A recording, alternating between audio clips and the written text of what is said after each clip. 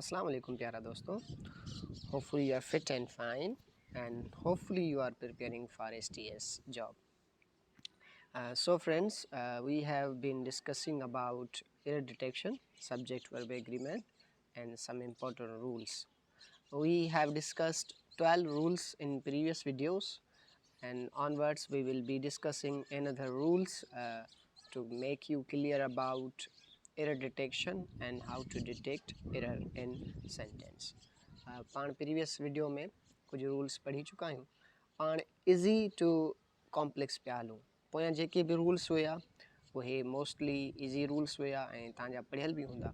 हाणे जेके पाण रूल्स पढ़ंदासीं मे बि थोड़ा डिफ़िकल्ट हुजनि. जेके प्रीवियस रूल्स आहिनि उन्हनि खां थोड़ा मुख़्तसिर हूंदा ऐं थोड़ा डिफ़िकल्टी वारी लेवल ॾे पाण वञूं पिया था. So without any let's discuss rule number 13 जेको आहे अॼु पाण वटि. रूल नंबर 13 चए थो when the subject is a singular noun or pronoun and is followed by phrases or clauses beginning with, along with, together with, including or as well as, the verb agrees with subject and remains singular. चवण जो मतिलबु इहो त जेकॾहिं को बि sentence आहे उहो उन जो जेको सब्जेक्ट हुजे उहो सिंगुलर नाउन हुजे या प्रोनाउन हुजे ऐं उन्हनि खां बाद में को बि अहिड़ो फ्रेज़ को बि क्लाज़ जेको विथ सां, अलॉन्ग विथ सां, टुगेदर विथ सां, इंक्लूडिंग सां या एज़ वेल एज़ सां शुरू थिए, माना शुरू में जेको सब्जेक्ट हुजे उहो सिंगुलर हुजे, उहो नाउन हुजे या प्रोनाउन, उन खां बाद में इहे क्लॉज़ेस इहे फ्रेज़िस अचनि त हाणे जेको वर्ब एग्री कंदो उहो पंहिंजे सिंगुलर सब्जेक्ट सां एग्री कंदो, ना के इहे जेके फ्रेज़िस इस्तेमालु थिया आहिनि इन्हनि सां जेको नाउन इस्तेमालु थियो आहे उन्हनि सां थींदो. त बी केयरफुल, जॾहिं को बि अहिड़ो फ्रेज़ इस्तेमालु थिए पर उन खां पहिरियां को बि सिंगुलर सब्जेक्ट हुजे त वर्ब हमेशह पंहिंजे सिंगुलर जेको शुरू में सब्जेक्ट इस्तेमालु थियो आहे उन सां एग्री कंदो, ना के इन्हनि वर्ड्स सां. एग्ज़ाम्पल ॾिसो, हाणे पाण इनकरेक्ट बि ॾिसंदासीं ऐं करेक्ट बि ॾिसंदासीं. जुमिलो आहे त द गर्ल, हाणे सब्जेक्ट थी वियो the girl, along with her friends are going to the party. The girl singular subject, along with her friends इहो हिकिड़ो थी वियो फ्रेज़, हिकिड़ो थी वियो class, are going to the party.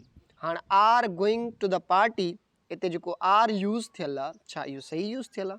न, छो जो असां हिते ग़लती कहिड़ी कई आहे, असां सम्झियो आहे त फ्रेंड्स प्लूरल आहे ऐं हिते आर लॻंदो, पर रूल जे मुताबिक़ तव्हांजो इहो जेको आर आहे इहो तव्हांजे अलॉन्ग विथ हर फ्रेंड्स वारे क्लास या फ्रेज़ सां एग्री न करे. इहो तव्हांजे जेको सब्जेक्ट तव्हांजो इस्तेमालु थियो आहे जेको नाउन या प्रोनाउन, मतिलबु हिते हिन सेंटेंस में द गर्ल उन सां एग्री करे. तंहिंजे करे इहो जुमिलो हीअं थियणु खपे, the girl along with her friends are going to the party. Now it's correct. Okay, hopefully you got it. After that we have another rule. When using the words one of or each of followed by a plural noun, the verb remains singular. हाणे mostly तव्हां ॾिठो हूंदो त जॾहिं बि असां subject one of each of इस्तेमालु कंदा आहियूं उन्हनि खां पोइ वरी असांजो जेको नाउन ईंदो आहे न उहो प्लूरल फॉर्म में ईंदो आहे. मिसाल तौरु one of my friends, one of the lines, ठीकु आहे, ईच ऑफ द बॉइज़, माना असां जॾहिं वन ऑफ ईच ऑफ इस्तेमालु कंदा आहियूं उन खां पोइ जेको प्लूरल इस्तेमालु थींदो आहे और जेको नाउन इस्तेमालु थींदो आहे मोस्टली उहो प्लूरल हूंदो आहे. त हाणे जेको वर्ब हूंदो न उहो सिंगुलर हूंदो.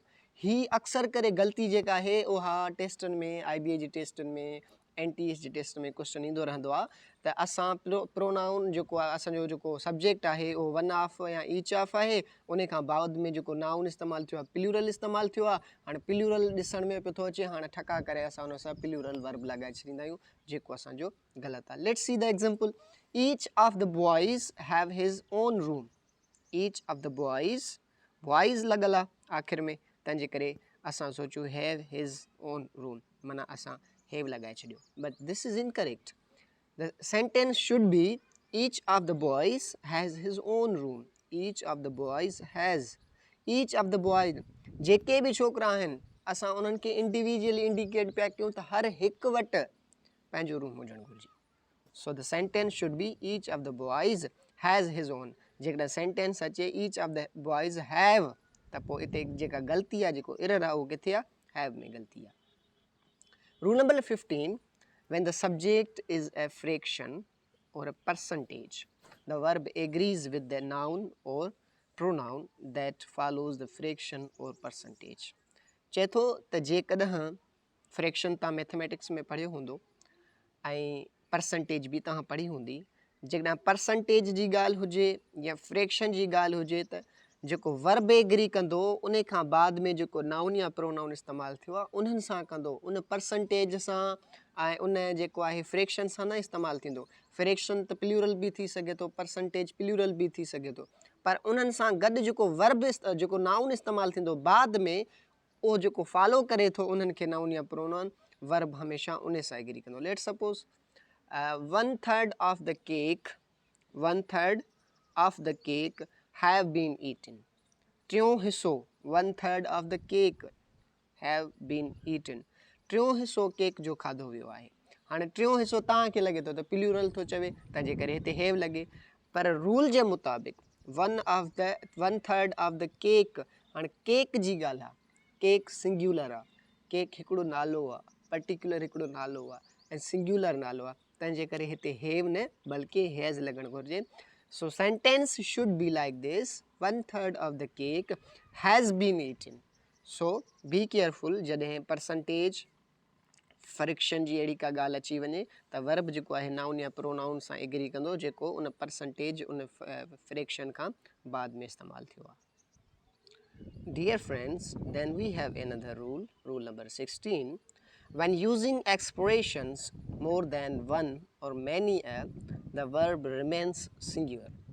असां वटि sometimes कुछ expressions होंदा आहिनि इंग्लिश में जेके यूज़ कंदा आहियूं like more than one or many इहे जेके एक्सप्रेशन्स हूंदा आहिनि इन्हनि सां वर्ब जेको आहे सिंग्युलर यूज़ थींदो आहे तव्हांखे थो लॻे त मोर देन वन माना हिक खां वधीक जी ॻाल्हि आहे त माना प्लूरल आहे yes the sense is plural but the expression is singular so when expression is singular the verb remains singular example more than one person are interested in this job and more than one person are interested in job माना असांखे थो लॻे त हिक खां वधीक माण्हू हिन जॉब में दिलचस्पी रखनि था more than one person माना असांखे लॻे थो प्लूरल सेंस आहे but expression is singular that's why the verb should be singular more than one person is interested in job correct जुमिलो आहे is interested छो असां इन एक्सप्रेशन खे ॾिसूं था जेको more than one असां इस्तेमालु कयो आहे त मोस्टली अहिड़े क़िस्म जूं ग़लतियूं बि ईंदियूं रहंदियूं आहिनि सो बी केयरफुल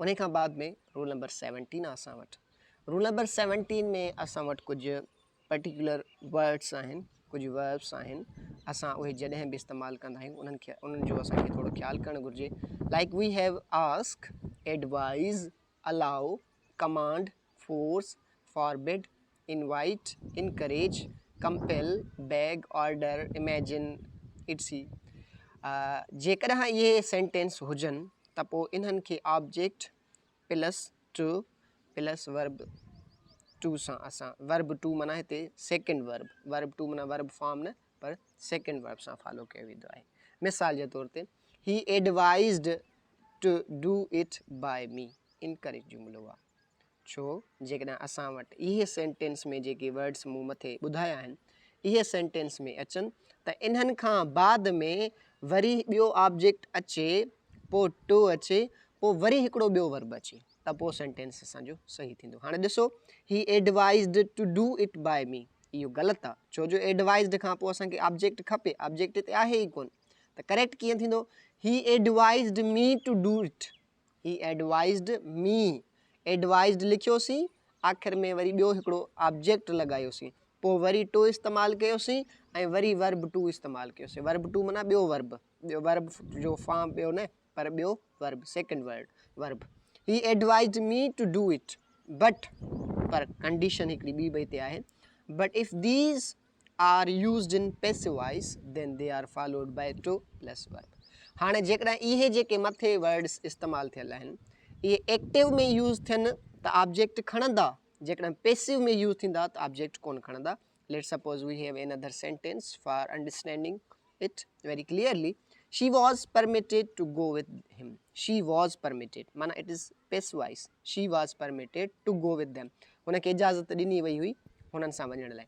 हाणे she was permitted it's passive. तंहिंजे करे असां permit खां बाद में असां ॿियो verb इस्तेमालु कोन कयो आहे.